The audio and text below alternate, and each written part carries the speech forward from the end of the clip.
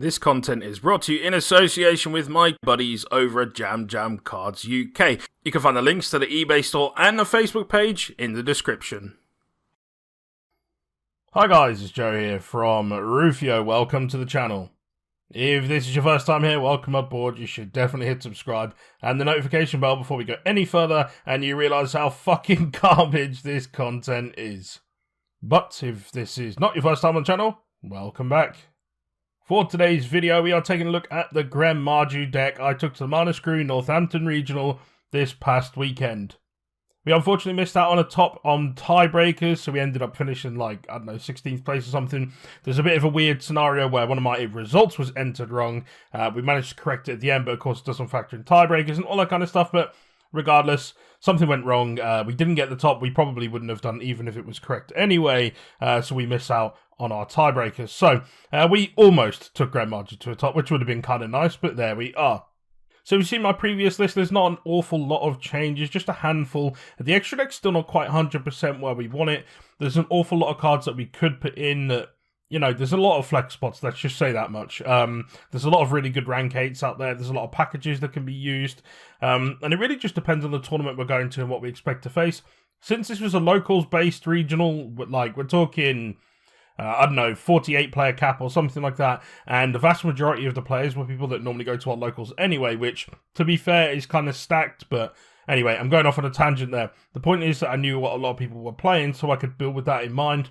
So we decided to include a couple of copies to deal with some of the weird rogue decks we might face, some of the weird matchups we might get, but in fact, in the end, we ended up playing entirely meta decks, and for the most part, it went okay, and the games that we lost were largely out of our control, drawing weird hands and being unable to play, or the opponent opening like full board with IO when you play Sword Soul, that kind of thing. But I'll go into all the details of that if you watch the vlog and want to get caught up on that. Anyway, I'm definitely waffling on a little bit, but before we do get stuck in, check out the channel sponsors Jam Cards UK, link in the description, and if you use the code Rufioh15, you'll get 15% off your eBay order. Go ahead and check them out, support the channel, and support the team. But anyway, let's get stuck into the profile. So like I say, the vast majority of this is kind of standard. Of course, we're playing Gren Maju, so triple Gren goes in here. No questions asked. I saw someone post the other day that they made a Gren Maju deck with no Gren Majus in. My guy, it's no longer a Gren Maju deck. This is literally the whole reason you play the deck, right? Dimension Shifter. This card is absolutely insane. If I could pick any one card to be in my opening hand every game, it would be this card. It just ends turns. Again, I see someone recently playing 2 because they thought the ratios were correct based on wanting to see 1 hand trap or whatever. I can't see any logical reason you would ever run less than 3. You need to see it in your opening hand, otherwise it's completely dead. And if you don't need to see it in your opening hand, then you don't need to play it. It's as simple as that. Danger package, we got triple Bigfoot. Yeah, pretty much the standard. We got triple Thunderbird as well. Again, the standard. These get sort of mixed around depending on what I'm playing against. If I'm playing against back row heavy decks, I'll keep these in. And if I'm not, I'll usually take 1 copy out or something like that, depending again on what I'm playing against. And a single copy of Jackalope can just summon one of these from the deck. We don't need this snake, but it does also double up as a small world target, so we can get into our Gren. After that, we have triple copies of Gizmek Orochi. What to say about this card? It is probably the main reason you stay alive in a lot of games. The games where you can't kill your opponent in one turn, this ends up being insanely clutch. And the longer your opponent lets the game go, the more they risk you just punching through with a massive monster. So they have to try and deal with this card, and it can eat a lot of resources for them to deal with. Just really, really good stuff, and of course it helps make easy rank 8s. Double Alpha.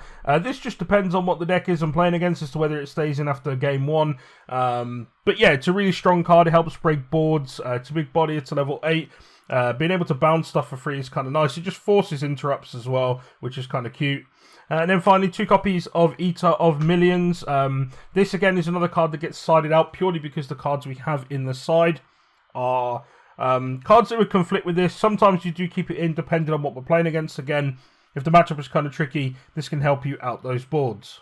And that's it for the monster lineup. On to the spells next. So we have triple copies of Small World. Yeah, what to say about this card? it's pretty good. It's pretty good. It instantly banishes you 2, which is kind of nice. And the moment when you tend to reveal Gren Maju to your opponent and they realise what they're playing against, they normally shit themselves. So this is really cool. And again, lots of people don't know how it works. So when you explain it to them, it usually involves a judge call or people going, oh, that card's actually kind of broken. This card's nuts. No questions asked. Triple copies of Mystic Mine. I cannot fathom why you would not play this card. I know lots of people don't like it. Oh no, it's a floodgate. But, you know, these are the same people that are probably playing True Draco a couple of years ago. So, Mystic Mine is absolutely fantastic. It just ends your opponent's turn for, like, many turns. Sometimes you can just one-shot your opponent through it, which a lot of the time that's what it's for. It's like a permanent Dark Ruler no more until you need to go in for the kill. There's games where I've honestly sat under this for like 10, 15 turns until I see everything I need to just entirely break their board and kill them. You get people who also just won't scoop to you, so they'll spend 15 minutes trying to outplay you when they've got no way to out it, which is kind of funny. You can also get rid of it yourself nice and easily. There's just lots of things it does. It forces negates. It's just a really, really good card. I cannot fathom a reason why you wouldn't play it whilst it's available to you. And then, of course, Terraforming is our 4th copy. Onto our draw spells. Triple copies of Pot of Desires. In this deck, it is absolutely ridiculous. What to say about it? It doesn't matter if you don't get to draw 2. I mean, drawing 2 is obviously nice, but banishing 10 is kind of funny because your Gren just instantly gets a massive boost, so it's always great. Triple copies of Trading. We run a lot of level 8s, so yeah, draw 2 is kind of nice, especially when you can dump like a Gizmek, you can dump a Danger. And what's also good about this is that, like, because it doesn't have to go to the graveyard, if you're under Shifter or anything like that, you can still discard and still get Danger effects and draw 2, which is still broken. And then triple copies of Allure of Darkness. These are really good for getting rid of those leftover shifters, drawing a little bit deeper, and just all that stuff. You really want to get the engine going. Some people don't like this in here. It's entirely optional. I just really like it for that extra bit of deep drawing. Then on to kind of back row hate. We've got Lightning Storm, 3 copies. Yeah, this is really good. Of course, you can side it out in games you don't need it, but the majority of the time you want it in there. Again, it can force negates, it can clear out entire boards and allow you to just win on the spot if people aren't prepared, if people don't play around it. You just really punish them, otherwise you can just wipe out their back row. Double copies of Twin Twisters. Again, we just want as much back row hate in here as possible natively. There's so many decks that play in back row, so you always want to see something. And of course, the advantage of this is that it's chainable, so if they try and Imperial Order you, especially if it's in the main, then you've got a way to try and deal with it. It's not perfect, but it does help. And then finally, Feather Duster, a blowout card. The amount of times I top deck this into a back row is just insane. And then finally, Call by the Grave for our spells. Call by the Graves, Call by the Grave. Just really, really strong. Deals with those weird one-time effects. Deals with stuff like DPE, that kind of stuff. Just a really strong card. And then to round off, we have One Trap, which is Red Reboot. Again, more back row hate and can easily be sided out. And that rounds off the main deck. Let's go on to the extra deck and the side. If I can pick up my damn cards, we'll get there. Obligatory token. Okay, going first, rank 8. So we have Hope Harbinger, we have Lancelot. I would like to add to this Zombie Stein. There's a couple of other options as well you can use. But these 2 are the main ones that needed to be in there. Again, we don't have everything perfect for this, so there may be some changes that come up. We then have Dingirsu, 2 copies of that. This is actually probably the main one you'll ever make. It just helps our boards. A lot of people don't stop the summon. They just allow it to go through. You get to non-target and send, which can deal with really tricky stuff. The amount of times I've summoned this, and then people just like can't really DPE it because you just keep it alive.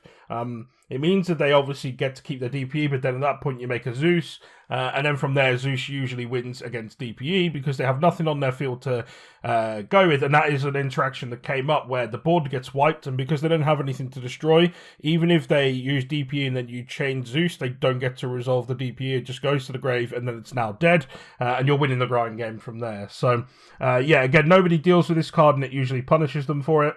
We then have our spiders. There was actually one more we were playing, which was incorrect because you can't actually make it. It was the Tarantula, which was wrong. We were thinking about the old train days and that you just slap it on. We didn't actually read the card, and yeah, you can't actually make it. So we took that out. We're just running these 2. 2 copies of Zeus. This is the one that you want to try and make as much as possible, especially once you get into the kind of situation where your opponent's got a nice big board to deal with. This just helps you crack it, and the amount of times you can just use this and then summon a Gren for game, absolutely unreal. We did play Super Polys. We have Super Poly targets, Mud Dragon, Starving Venom, Yeah, pretty much standard. We did play a copy of Dragostapalia. Again, it can come up, but I didn't use Super Poly pretty much the whole tournament. Used it in maybe my final round against Dragon but that was pretty much it. And then we have invoked Mechaba. We had an extra spot where we took the Tarantula out and we couldn't find a good rank 8 to put in at the time. This was literally just before the tournament, so we put this in knowing that some people were playing Invoke Shadol at the tournament. So again, it didn't come up, but like on theory it was fine. We have a single copy of Vert Anaconda, again because you can super poly with it, which is kind of cute. And then finally we have one Xeroboros, which becomes kind of like a pseudo Gren, I guess you could say. It banishes loads of stuff as well, so it helps wipe the board, but it also becomes really big as well. So that rounds up the extra deck. Field center onto this side. So we have triple copies of Super Poly. Yeah, Super Poly's good in theory, I guess, for this tournament. I wouldn't usually have this in. We didn't have it in before, but again, I felt like the tournament was going to have a lot of options for this. It does help deal with stuff like PK, helps deal with those people who play like Invoke Shadol, and people who just don't respect the card. It will usually punish them. So, and again, you know, just an easy way to outboards and things. Good in theory. Again, didn't really come up. Evenly matched, good for going second, but can also go first when you use it with Trap Trick, just to help you deal with boards. Yeah, it's, you know, both are okay. Trap Trick was insane, obviously. Evenly matched didn't really come up again, but it's there in theory if I need it. Again, didn't come up. Dimensional Barrier, this card was insane the whole time. The amount of times I set this against, like, you know, decks expecting to call Synchro, like Tenyi and stuff, and then people were, like, playing the Fusion package, so then I had to call Fusion. But it's great when they, you know, send for cost, and then it doesn't resolve, which is cute. And then finally we have triple copies of Banquet of Millions. This card is absolutely fucking dumb, and remained dumb on the day. Every time I resolved this, it was good. I think there was only one game where it didn't work out, and that was against a Sword Soul player, where I couldn't banish all of the cards. I had to keep some cards to be able to try and play through his board a little bit later on. So I kept some, knowing that I'd need access to the rank monsters. I kept like maybe 3 or 4.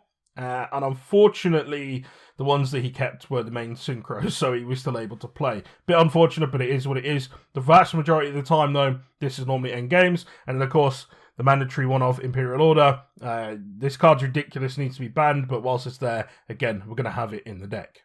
But that is it, duel list, all for today's deck profile. Hopefully it's given you some ideas of how you might want to play Gren, or maybe just interested to see how I got on. There will be a vlog coming out. It may be coming out before this, probably afterwards, I imagine, because they take a hell of a lot longer to render, and we've got about 4 billion deck profiles coming up from the event anyway.